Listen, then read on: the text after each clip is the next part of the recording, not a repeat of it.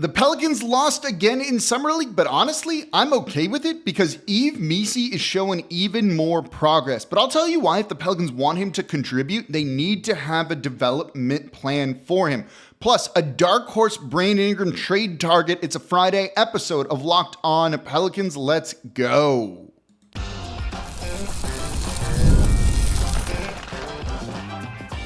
You are Locked On Pelicans, your daily New Orleans Pelicans podcast, part of the Locked On Podcast Network, your team every day. Welcome to another edition of Locked On Pelicans, the daily podcast covering your favorite team, the New Orleans Pelicans and NBA, part of the Locked On Podcast Network, your team every day, available wherever you get your podcasts and available on YouTube. I'm your host, Pelicans Insider, credential member of the media, Jake Madison, at NOLA Jake on Twitter, here with y'all on this Friday, final episode of Locked On Pelicans for the week. Here we'll have one more episode talking about Summer League on Monday, and I appreciate y'all for making Locked On Pelicans your first listen today and every day. We're here Monday through Friday, the #1 Pelicans podcast, covering everything you want to know. We've done a deep dive into Summer League. We'll have even more Brandon Ingram trade talk, and we'll have even more offseason talk as we gear up for a pretty important, interesting for sure, regular season for the New Orleans Pelicans. Today's episode of Locked On Pelicans is brought to you by FanDuel. Make every moment more as the playoffs wind down. The sports stop sporting like we want them to, but this summer, FanDuel is hooking up all customers with a boost or a bonus daily. That's right, there's something for everyone every day, all summer long. Visit FanDuel.com to get started. And of course, thank you for making Locked On Pelicans your first listen. Become an everydayer. That means you listen Monday through Friday to the Locked On Pelicans podcast. If you're an everydayer, let me know in the comments down below. So let's get into this one. The Pelicans losing in Summer League. Again, they have not won a game, and I don't particularly care. They're 0-4 right now, but we don't care about a Summer League banner. We care about making the postseason. And someone that, given the roster situation, given the lack of an elite starting center on this team that is going to make a difference when it comes to that could be Yves Missi. First round pick, 21st overall for the New Orleans Pelicans. He's had, I don't want to say a standout Summer League because I truly don't think it's been a standout Summer League for him.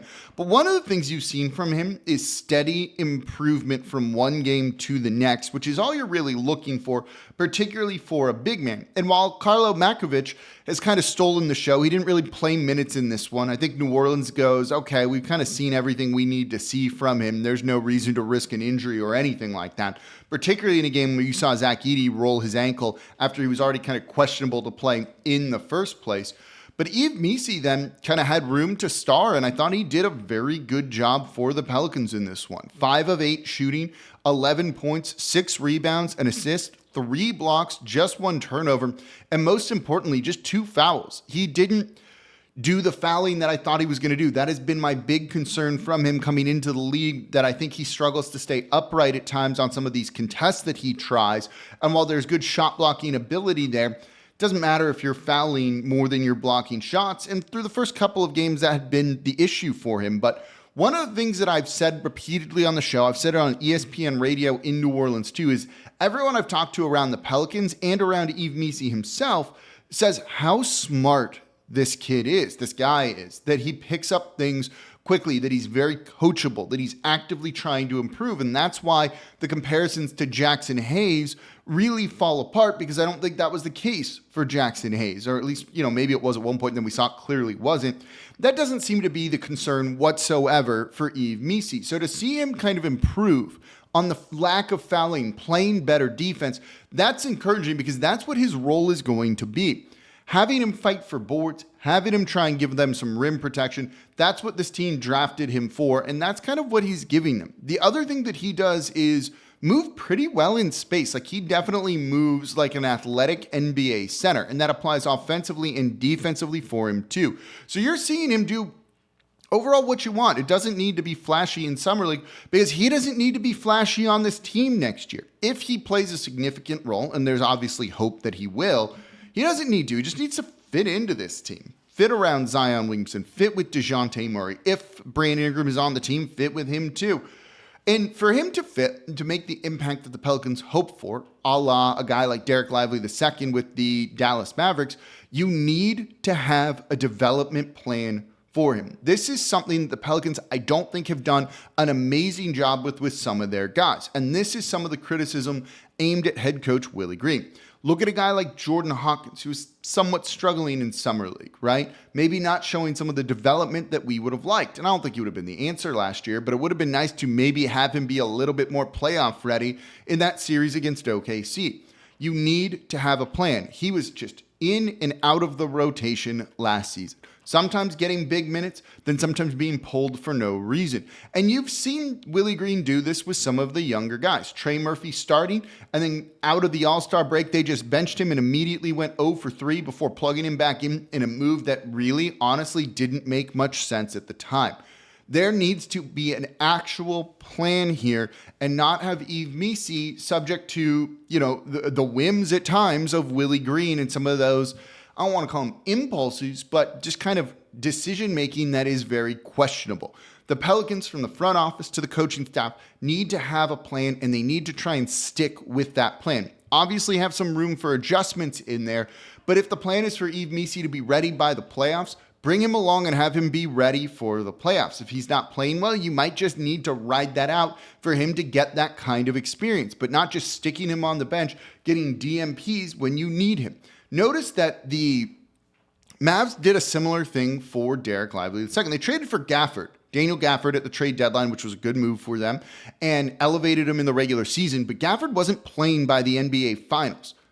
It was Derek Lively who was winning those minutes, and Gafford was losing his minutes. And so because of that slower way that they brought Lively II along, ramping his minutes up as the season went on, that's what New Orleans needs to do with Yves Missi. There needs to be a plan here in place for him. If there isn't, he's not going to be ready when you need him. We didn't really see much of a plan with Trey Murphy, although it's worked out. We haven't seen much of a plan, in my opinion, with Jordan Hawkins. There needs to be more thought put in for Yves Missi because there is a lot of potential there, and he brings exactly what this team needs, that defense, that shot blocking ability, the rim protection, all of that's really important. So they need to have a plan in place for him to be ready. So two other guys from Summer League I want to talk about here is Jordan Ford and Antonio Reeves. Let's look at both of those guys, along with do not, under any circumstances, you listener, not the front office because they're not, think about a trade for Zach LaVine. I'll explain why. That's coming up here next in today's episode of Locked On Pelicans. Today's episode of Locked On Pelicans is brought to you by FanDuel, America's #1 sportsbook. I love sports, and I love them so much I never want them to stop, but as the playoffs wind down, we get fewer games, and the sports aren't sporting like we want them to. FanDuel's going to keep me going with the sports whenever I want, and all I have to do is open the app and dream up bets anytime in the mood. So this summer, FanDuel is hooking up all customers with a booster bonus daily. That's right, there is something for everyone, every day, all summer long. So while the NBA is done, Major League Baseball is in full swing. Stretch run for them after the All-Star game. Get in on the action there. You have the Olympics coming up too. All of that you can bet on over at FanDuel. So head over to FanDuel.com and start making the most of your summer. FanDuel, the official sports betting partner of Major League Baseball and the official sportsbook of Locked On. And thank you for making Locked On Pelicans your first listen today and every day. We're here Monday through Friday, the #1 Pelicans podcast, covering everything you want to know about this Pelicans team. So please subscribe wherever you get your podcast. Join over 10,000 Pelicans fans on YouTube as well and become an everydayer. That means you listen Monday through Friday to the Locked On Pelicans podcast, part of the Locked On Podcast Network, your team every day. And for your second listen today, Locked On Saints, Ross Jackson making sense of everything black and gold. What's going on with Ryan Ramczyk? A little confusing, but it sounds like he's going to be out for the season. So what do the Saints do? Ross is going to have you covered over at the Locked On Saints podcast, part of the Locked On Podcast Network, your team every day. So two more guys I want to look at from Summer League here. And let's start with Antonio Reeves, the second-round pick for the Pelicans. Looking pretty good. Dude looks like a scorer, and that's why they drafted him. This was someone I was really high on, said to keep an eye on him. They traded back into the second round, traded up essentially to go make a move to get Antonio Reeves. 12 points on 3 of 6 shooting, 2 points per shot attempt. You love to see it. He's a scorer. Like, this dude is a scorer and someone they'll probably bring in off the bench, and I think we'll see getting some minutes. I don't know if it's going to be right away, but I think they really want to have a role for him. Good size, too. He was 3 of 6 from the field, but 3 of 5 from deep. 3-point shooting. And then he was aggressive, getting to the basket, attacking the basket, getting fouls, going to the line, making his free throws. This was an all-around good performance for him. And while I think Hawkins is safe in that rotation, we'll see if Reeves maybe pushes it. If he has a good training camp and defends the way you want him to defend, he had 3 blocks in this game, by the way. That's a way that he can earn Willie Green's trust pretty quickly and get into the rotation sooner rather than later. The other guy that I want to look at here is Jordan Ford, added to the Summer League roster, played, a couple of games with the Kings last season, mainly with their G League team. He was 16 points on 6 of 11 shooting, 3 of 5 from deep, 4 rebounds, 4 assists. He's looked really good in Summer League. He's looked really good for New Orleans, just like a solid player. They have an open two-way spot. He's someone that I wouldn't hate if they maybe took a chance on him and added him to one of those other two-way spots. I think that could be a pretty good move for him to be able to do and give you a little bit more depth at the guard position with someone that, he's just kind of like a gamer. Like, he gets out and he just does all of the little things, like that try-hard guy, which you've got to have on the roster. A little bit undersized at 6'1", 6'2", for one of those guard spots. But if you need some depth for someone that is done it well with your team, throwing him on a two-way deal, I don't think would be the worst thing as the Pelicans look to kind of round those two-way spots out. And they've done a good job of developing guys with that in the future. Let me know what you thought about Antonio Reeves, Jordan Ford in the comments down below. Now, let's switch gears a little bit here because I want to get into more trade talk. We're going to look at a dark horse team for the Pelicans. 2 dark horse teams. We'll focus on one more next week in a Brandon Ingram deal. One of the teams, though, that we're going to rule out right now is the Chicago Bulls. I threw out a trade out there for Nikola Vucevic earlier, and all of y'all hated it, and that's fine. Totally fine. Look, he's not what he once was, but I think it could work if you really needed something there. And I was trying to figure out, is there any way to make some sort of other deal work? And I've decided on no. I've decided no, there absolutely is not. Someone asked me the other day about Zach LaVine, and that's kind of the reason we're talking about this here. When it comes to Zach LaVine, just say no. Just say no. His contract and his production is pretty rough. He's not as bad as a lot of people want to make him out to be, but Zach LaVine certainly isn't what he once was, and he is in the midst of a brutally expensive deal. He's going to make $43 million next season, 46 the year after that, and then in 2026-27, he has a player option for basically $49 million. So it's less than what you would have on a Brandon Ingram extension if he's averaging, $52 million per season. However, this contract is long, and while Brandon Ingram is younger, Zach LaVine still being young, right? He's not like extremely old. He's not even 30 yet.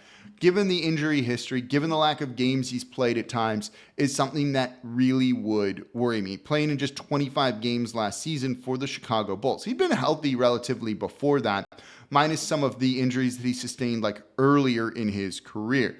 But for a guy who is a little bit of an inefficient shooter at times, I don't love the idea of trading for him just because of that contract. The Pelicans are already worried about paying Brandon Ingram that kind of money. Getting someone kind of close to that within $4 million of that $52 million basically kills any sort of flexibility this team would have. So I can't really see a deal where it made sense. I tried. I was playing in the trade machine, and I was like, what if it's Brandon Ingram and CJ McCollum for a trade centered around Zach LaVine? And not that I'm trying to actively bring him here, but Nikola Vucevic, because that would be like the one guy that it would make sense. Maybe you throw in Kobe White. Maybe you throw in a first-round pick there too. In no way does a trade work out or make any sort of sense, unfortunately. I couldn't mess around with the trade machine enough on a 2-team deal where there was a way to bring Zach LaVine here and not basically just kill the Pelicans from a salary cap perspective in the future. And that's something to keep in mind when we talk about potential Brandon Ingram, trade teams, trade targets, and we'll look at 2 teams next because I've got a deal that I don't love, but someone said it was realistic. Let's just leave it at that. Someone kind of in the know said it was realistic. And it's a weird trade. So we're going to break that one down coming up next. But you've got to factor in the future financial aspect of any sort of Brandon Ingram trade. Any sort of Brandon Ingram trade, you need to factor that in. Because clearly, if the Pelicans don't want to just hand him the extension that he wants, not that anyone would right now, they're factoring that stuff in for the now and the future on Brandon Ingram. So that means any players that you would bring back, you also need to factor that in as well. And so that's, I think, one of the sticking points when it comes to it. That makes it harder at this point in time to try and trade him, right? I do think that the easiest time to trade him in the future would be probably next offseason, but he would need to be on an extension at that point in time. It's weird, right? Because the best time to trade a player is the first year of like any deal that they're on, which is like, then what's the point of signing someone if the whole point is just to kind of trade them? You know, it's like you buy a car and you drive it off the dealer lot and it immediately loses value. And you're like, what the heck, right? This makes no sense. That's kind of the same thing with players. You know, trade him in the first year of their deal is always the best time to do it. And like each year goes by, that value gets a little bit lower and a little bit lower and a little bit lower. But you don't sign someone if you're just going to immediately think about trading them. Maybe you do, but that's kind of using your cap space. You know, so given a lack of cap space teams now, and the only one is the Detroit Pistons and they don't have much, it becomes kind of harder to find a deal for Brandon Ingram. And certainly the Chicago Bulls are a team that, like, absolutely not. Just makes no sense in a deal with Zach LaVine. Other trades maybe, but the way the salaries are and how much Ingram makes now at $36 million is kind of like an awkward number to get some of these trades done. But let's look at two other teams. Really one, and we'll mention the other, two dark horse teams that I still think are in the running for Brandon Ingram. One of them has said they don't want Brandon Ingram, which is a little weird. And the other one made another deal that you would think rules out Brandon Ingram, but I'm not so sure. Let's talk about the Warriors and the Spurs, mainly the Spurs, coming up here next in today's episode of Locked On Pelicans.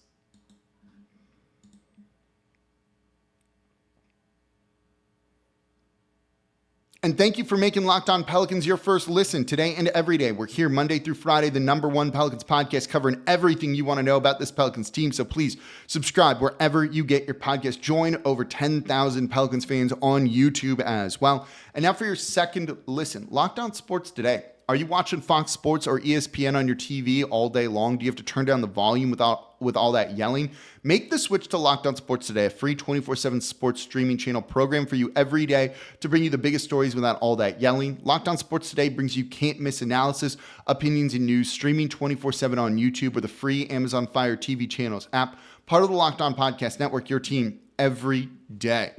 So, two teams I want to look at, and we're going to really look at the Warriors in depth next week because that's a team that I think at this point in time might make the most sense. They've said publicly, like, no, we're not interested in Brandon Ingram, or there's been like rumors coming out. Maybe they haven't like directly said it, but there have been rumors coming out that like, yeah, no, like they're not interested in Ingram. Could be posturing, but given they've kind of missed on everything and their team isn't better today, and if you really want to try and maximize Steph Curry and Draymond Green, you probably need someone else, and they're not going to get Lauri Markkanen because he's too expensive.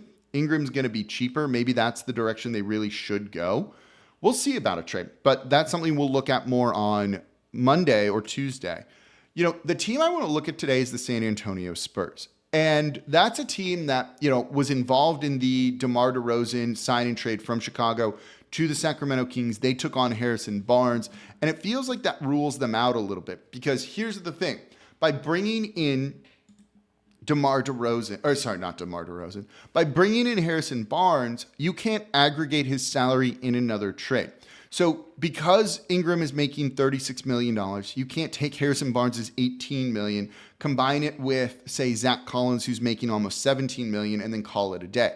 That's not allowed to happen. Harrison Barnes can still be traded, but he can't be traded along with other salary from the Spurs. So you could trade him straight up for Brandon Ingram, but that doesn't work anymore because the Spurs need to match the money.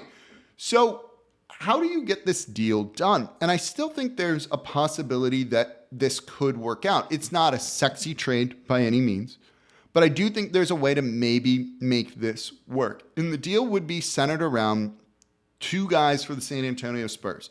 The first one would be, if you need a center coming back, is Zach Collins.